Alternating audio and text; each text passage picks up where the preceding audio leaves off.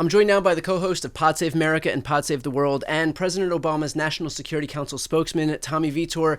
Tommy, we've obviously just watched as Donald Trump joined with Nayib Bukele, the president of El Salvador, basically joining together to defy the U.S. Supreme Court in their ruling that this wrongly deported migrant, Kilmar Abrego Garcia, had to be returned back to the U.S. What are the implications now for the fact that Trump does seem to be openly defying an order from the highest court in the land? Yeah, I mean, the Trump administration seems to be trying to create a loophole that says if they can just beat the courts, if the courts are unaware that they're deporting someone and sending them overseas and putting them into foreign custody, that they could just wash their hands of it and that there's nothing they can do to fix the situation. And it gets even worse, Brian, because during this pool spray with Bukele, I don't know if it was intentional or unintentional, but reporters picked up them talking about sending American citizens to El Salvador. So this is some really scary stuff. What do you think the optics suggest that Trump is standing right next to somebody who fashions himself the world's coolest dictator? Those are his words, while he's openly basically inviting a constitutional crisis. Yeah, I mean, I think to understand Bukele and his power, you really have to understand his mass incarceration regime. I mean, this is a guy who, because of very real violence from gangs, declared something called a state of exception in 2022, where the government of El Salvador just suspended all due process rights. And what they did is they just drove into villages, swept up people at random, and threw something like 85,000 citizens of El Salvador into prison. And that has become the base of Bukele's power. Like, he has made a very real change in terms of safety of the streets. But what people gave up, what citizens gave up, is basically any rights, any due process. Right. And so Trump is standing side by side with a guy who throws people in jail, never lets them see a court. They're never heard from again. People are tortured. They are killed. They are starved. They are deprived of water. It is really, really bleak stuff.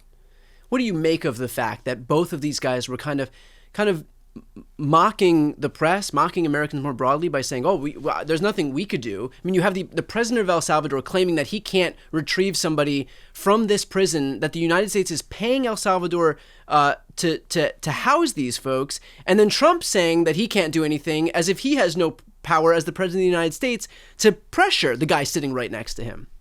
It's just like pure bureaucratic banal evil. I mean, Bukele suggesting that he doesn't control the prisons in his own country. All he would have to do is let this man out of jail, and then he could go to an airport and get a plane ticket and fly home to the United States. You know, all Trump would have to do is say to Bukele, hey, can you do me a solid and get this guy home? And it would be done tomorrow. They just don't want to do it. They want to look for little loopholes and technicalities and pretend that they aren't thumbing their nose at the Supreme Court. But in reality, that is exactly what's happening here.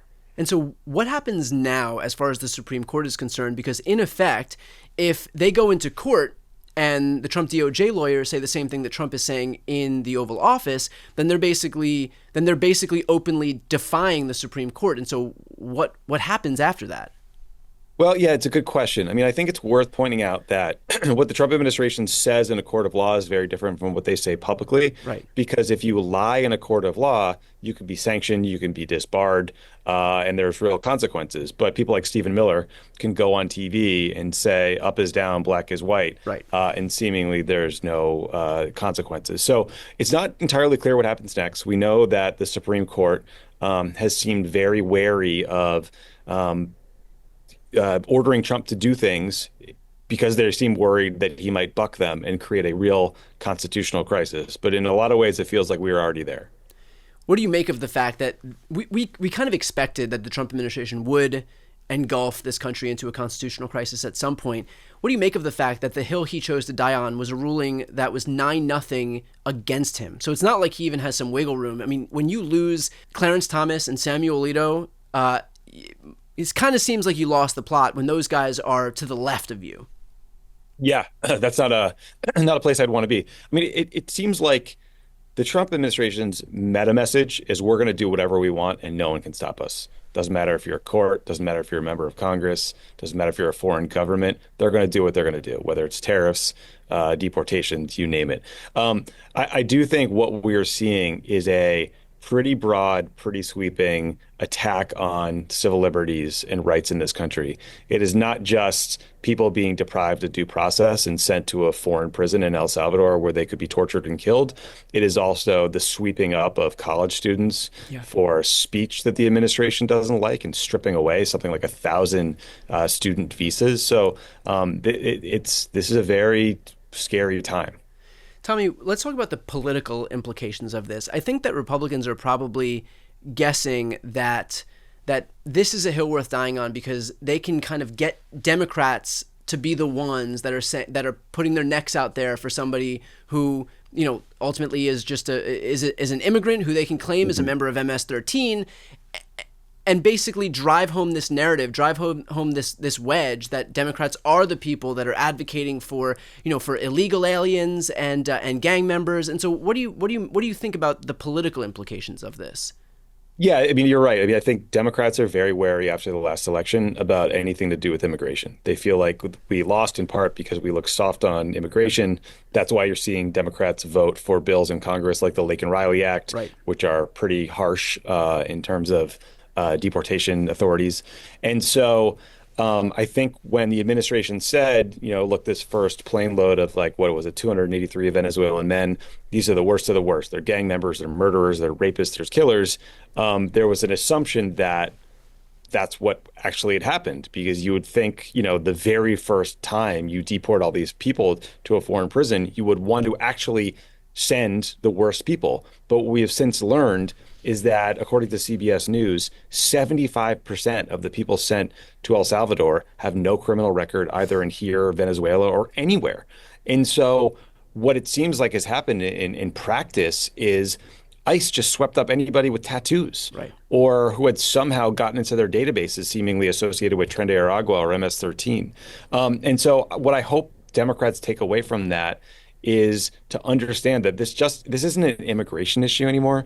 This is about human rights and civil liberties and due process in this country, and values that we should all care about as Americans, especially when you understand the slippery slope that could get us to a place where American citizens are being sent to prisons abroad.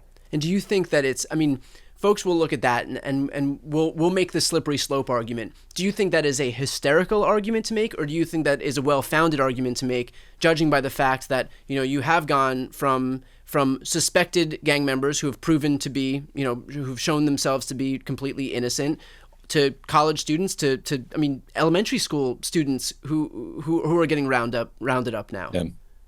Yeah, I think we should just take President Trump at his word, and when he says he would love to send American citizens to El Salvador, we should believe him. And he will try to claim that they're the worst of the worst, they're gang members, they're this, they're that. But just remember, this is a guy who can just declare that you're a terrorist. Right. These are people who don't care about the facts or the truth. They will target their enemies. They will go after law firms they don't like. They will go after universities they don't like. I mean, this is an authoritarian administration that will do whatever it takes to punish the people they don't like. And I think we should take him at his word. Yeah, perfectly put. For those who are watching right now, look, it is very important at this moment that we support independent, progressive media.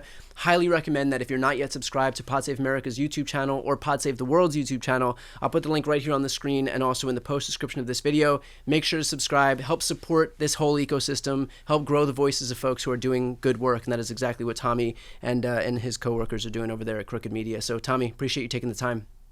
Thanks, buddy. Good to see you.